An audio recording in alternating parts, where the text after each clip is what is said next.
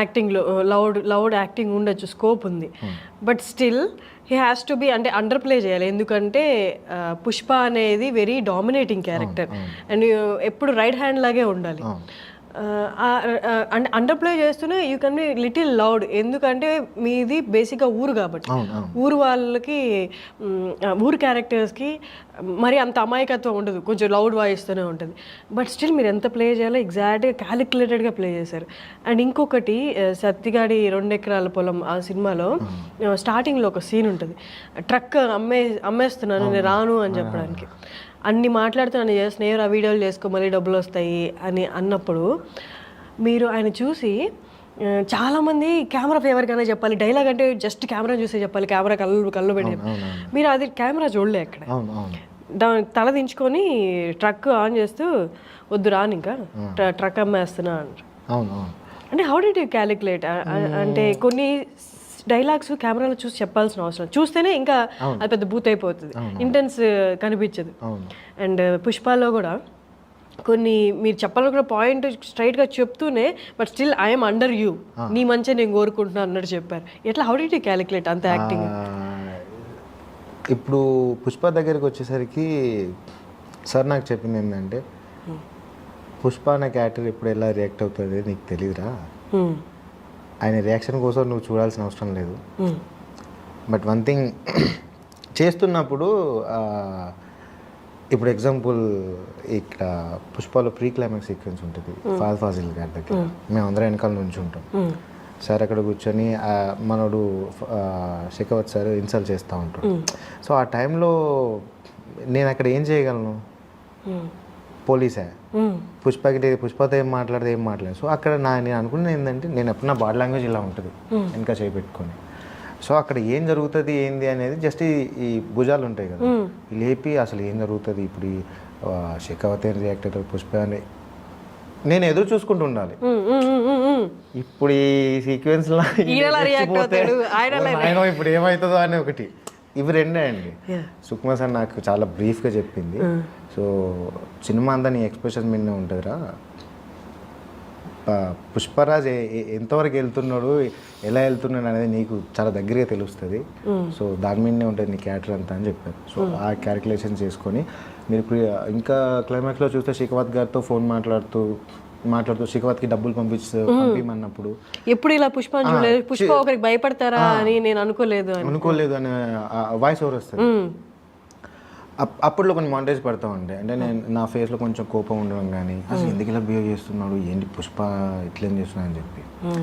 So ఇవన్నీ ఏంటంటే ఉంటాయండి. అంటే ఇప్పుడు మన క్యారెక్టర్ ఒకటి అనుకున్న తర్వాత కొన్ని క్యాలిక్యులేషన్స్ పెట్టుకుంటాం మనం. సో డైరెక్టర్ గారు ఎట్లాగా ఉంటారు కాబట్టి ఇది అవసరం లేదు, కొంచెం తగ్గించే సరిపోతుంది అని చెప్పేదానికి. సో సుకుమార్ సార్ నాకు చాలా హెల్ప్ చేశారు ఆ సిచ్యువేషన్స్లో. ఇది అవసరం లేదురా, అంత చెప్పాల్సిన అవసరం లేదు, ఇంత సరిపోతుందిరా అన్నారు. సో అట్లా నాకు అలవాటు అయిపోయింది క్యాలిక్యులేట్ చేసుకోవడం. పుష్పకి 2 సంవత్సరాల్లో ఆ కేశవ్ క్యారెక్టర్ చేస్తున్నప్పుడు యాక్టింగ్లో కానీ కో యాక్టర్తో బిహేవ్ చేసే సిచ్యువేషన్స్ కానీ చాలా అర్థమైపోయినాయి. అంటే నువ్వు ఒక లెవెల్స్ ఉంటాయి, ఆ లెవెల్ మెయింటైన్ చేస్తేనే సీన్ మొత్తం ప్రాపర్గా ఉంటుంది. నువ్వు ఒకటి చేసి ఇటు ఇంకోటి ఒకటి చేస్తే సీన్ అంత గజిబిజ్ అయిపోతుంది, సరిగ్గా రాదు కూడా. అంత పెద్ద మూవీ చూసినప్పుడు ఓవరాల్ మూవీ ఇంటెన్సిటీ అంటే ఈచ్ అండ్ ఎవ్రీ క్యారెక్టరైజేషన్ మీకు రివీల్ చేయరు, ఓన్లీ మీ క్యారెక్టర్ మీరు ఎవరితో కోఆర్డినేట్ అవుతుందో ఆ క్యారెక్టర్. ఓవరాల్ మూవీ దాన్ని ఏమంటారు, మూవీ ఇంటెన్సిటీ మీకు అర్థం కాదు. బట్ అలాంటప్పుడు మనం అండర్ ప్లే చేస్తున్నామా లేకపోతే ఓవర్గా రియాక్ట్ అవుతున్నామని ఎలా క్యాలిక్యులేట్ చేసుకున్నారు? క్యారెక్టర్స్ నాకు తెలుసండి, వాళ్ళ ఈ పుష్పకు మాత్రం నాకు క్యారెక్టర్స్ చెప్పారు, ఎందుకంటే అది ఇంపార్టెంట్ కాబట్టి ఏ క్యారెక్టర్ ఎలా ఉంటారని చెప్పారు. మొత్తం బ్రీఫ్ లేదు, బట్ సెట్కి వచ్చిన తర్వాత అంటే ఈ క్యారెక్టర్కి పుష్పరాజ్కి కొంచెం ఎక్స్ ఉంటుంది అనేది తెలుస్తుంది మనకి ఈజీగా. సో పుష్పరాజ్ శ్రీవాలింగ్ కలిసినప్పుడు అదొక కాంబినేషన్, కామెడీ కాంబినేషన్, కొంచెం నార్మల్గా ఉండే సీక్వెన్స్. సో ఇవి 2 డిఫరెన్సెస్ అనుకోండి. కొండారెడ్డి చచ్చిపోయిన తర్వాత సునీల్ గారి ఎంట్రీ, ఫస్ట్ టైం సునీల్ గారు చూడడం ఆ గెటప్లో వేరే లెవెల్ ఉన్నారు అసలు. సో అక్కడ చచ్చిపోయింది అక్కడ కొండారెడ్డి ఒక్కడే కాదు, మంగళం సీన్ బొమ్మది కూడా చచ్చిపోయి ఉంటాడు, డెడ్ బాడీ కూడా అక్కడే ఉంటుంది కదా. సో పుష్పరాజ్ చంపేసిన తర్వాత ఇక్కడికి వచ్చేసిన తర్వాత ఎంపీ వీళ్ళందరూ వస్తున్నారు, మంగళం సీన్ వస్తున్నాడు. సో బన్నీ సార్ పక్కనే నేను ఉంటా. మంగళం సీన్ ఎంట్రీ అవ్వగానే నేను పుష్పరాజ్ వైపు ఇట్లా ఒక లుక్ ఇస్తా. సో ఇవన్నీ చిన్న చిన్న ఏంటంటే అమ్మో ఇప్పుడు పుష్పరాజ్ ఏం రియాక్ట్ అవుతాడో ఏమవుతాడో అనే ఒక లోపల భయం ఉంటుంది. సో అది మీరు మళ్ళీ చూడండి కుదిరితే. సర్వైవ్ లుక్ ఇస్తాను వస్తాడు అదంతా సీక్వెన్స్ జరుగుతూ ఉంటాయి. ఎందుకు చెప్పానంటే ఆ చిన్న చిన్న క్యాలిక్యులేషన్స్ అన్నారు కదా, అది చాలా ఇంపాక్ట్ క్రియేట్ చేస్తాం క్యారెక్టర్కి. అంటే మనం ఇప్పుడు డైలాగ్ చెప్పాము, ఒక ఎక్స్ప్రెషన్ ఇచ్చాము, వెళ్ళిపోయాము అనేది కాకుండా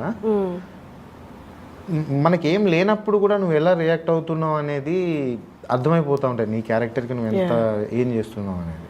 అండ్ ఇంకొకటి నేను గమనించాను, మేబీ అది పుష్ప 2లో దాన్ని యూజ్ చేసుకుంటారా లేకపోతే దానికైనా ఇంపార్టెన్స్ ఉందా సిగ్నిఫికెన్స్ ఉందని అర్థం కాలేదు. కానీ మిమ్మల్ని ఫస్ట్లో చూపించినప్పుడు మీ క్యారెక్టర్ డిస్క్రైబ్ చేస్తున్నప్పుడు అది ఇంట్రడక్షన్ ఇచ్చినప్పుడు మిమ్మల్ని మొండేలు అని చూపించారు. మేబీ మొండేలు అది ఎక్కడైనా యూజ్ చేశారా లేకపోతే జస్ట్ డిస్క్రైబ్ ఆ క్యారెక్టరైజేషన్కి ఆ మొండేల్కి మేబీ పుష్ప 2లో ఏమైనా ఇంపార్టెన్స్ ఉందేమో దానికి, ఐ డోంట్ నో. ఓకే, మీరు ఎలాగో రివీల్ చేయరు కాబట్టి క్యారెక్టర్ వైజ్ అది ఒకటి బాగుంది, ఒకటి అంతేనా. మోర్ దెన్ ఏంటంటే నేను గ్లౌజ్ పెట్టుకొని ఉంటాను. ఇక్కడ అల్టిమేట్ ఏంటంటే చాలా మంది దాన్ని గమనించలేదు. ఎందుకంటే నాది నా స్కిన్ టోన్కి నా గ్లౌజ్ కూడా సేమ్ కలర్, గ్లౌజ్ లాగే ఉంది, అది అర్థమవుతుంది. బట్ అది with the character with story ఏదైనా ఇంపార్టెన్స్ అంటే స్పెసిఫిక్గా చూపిస్తారు మొండేలు అని. మీ మైట్ బి ఎక్కడైనా అది యూజ్ అవుద్దో ఏంటో, మరి పుష్ప 2 వస్తే తెలుస్తుంది. చాలా రైటింగ్ జరిగింది, నాకైతే ఇంకేం చెప్పలేదు సార్, మేబీ చెప్తారు. ఓకే, అంటే నా క్యారెక్టర్కి అదొకటి ఏమంటారు, ప్రతి క్యారెక్టర్ కొన్ని ఉంటాయి కదండి. అదే అన్లెస్ అది స్టోరీతో ఎక్కడైనా ఇన్వాల్వ్మెంట్ ఉంది, ఇంపార్టెన్స్ లేకపోతే స్పెసిఫిక్గా మొండేలు చూపించారు కదా. అదేమి ఆ మొండేలు చూపించినందువల్ల మీ క్యారెక్టరైజేషన్లో ఎక్కడ ఒక ట్రైట్ చూపిస్తున్నట్టు కూడా ఏమి అనిపించలేదు, బట్ స్పెసిఫిక్గా అది చూపించారు. అక్కడ ఆ సీక్వెన్స్ లో అన్న మొగేలు లేదని అందరూ మొండేలేనా మొండేలు. అదే దీనికి ఒక పెద్ద స్టోరీ అండి బాబు. మా తాతకు వెళ్ళి ఇట్లుంటుండే, మా ముత్తాతకి. ఆయనను మల్లయ్య, ఆయన పేరు మొండేల మల్లయ్య అంటారు. కథ అయినప్పుడు మొండేలు అనగానే నాయన ఇది మామూలుగా లేదు, కనెక్ట్ అయింది. సో మా తాతకి చూసిన లైఫ్లో మళ్ళీ ఒక సినిమా చేస్తున్నప్పుడు అలాంటిదే మనకు వస్తుంది అనేది ఎక్స్పెక్ట్ చేయం కదా. సో అదొకటి క్రేజీ కనెక్ట్ అయింది. అది how is the shoot going, Pushpa 2 shoot ఎలా జరుగుతుంది? Going on now. నాది జూన్ ఫస్ట్ వీక్ కానీ సెకండ్ వీక్ కానీ ఉంటుంది. డిసెంబర్ లాస్ట్ ఇయర్ డిసెంబర్లో స్టార్ట్ అయింది, క్రేజీగా నడుస్తుంది. అవునా, నెక్స్ట్ లెవెల్ అయితే ఖచ్చితంగా అండి. యాక్టింగ్లో లౌడ్ యాక్టింగ్ ఉండొచ్చు, స్కోప్ ఉంది. But still he has to be అంటే అండర్ ప్లే చేయాలి. ఎందుకంటే పుష్ప అనేది వెరీ డామినేటింగ్ క్యారెక్టర్ అండ్ ఎప్పుడు రైట్ హ్యాండ్ లాగే ఉండాలి. అండర్ ప్లే చేస్తూనే you can be little loud. ఎందుకంటే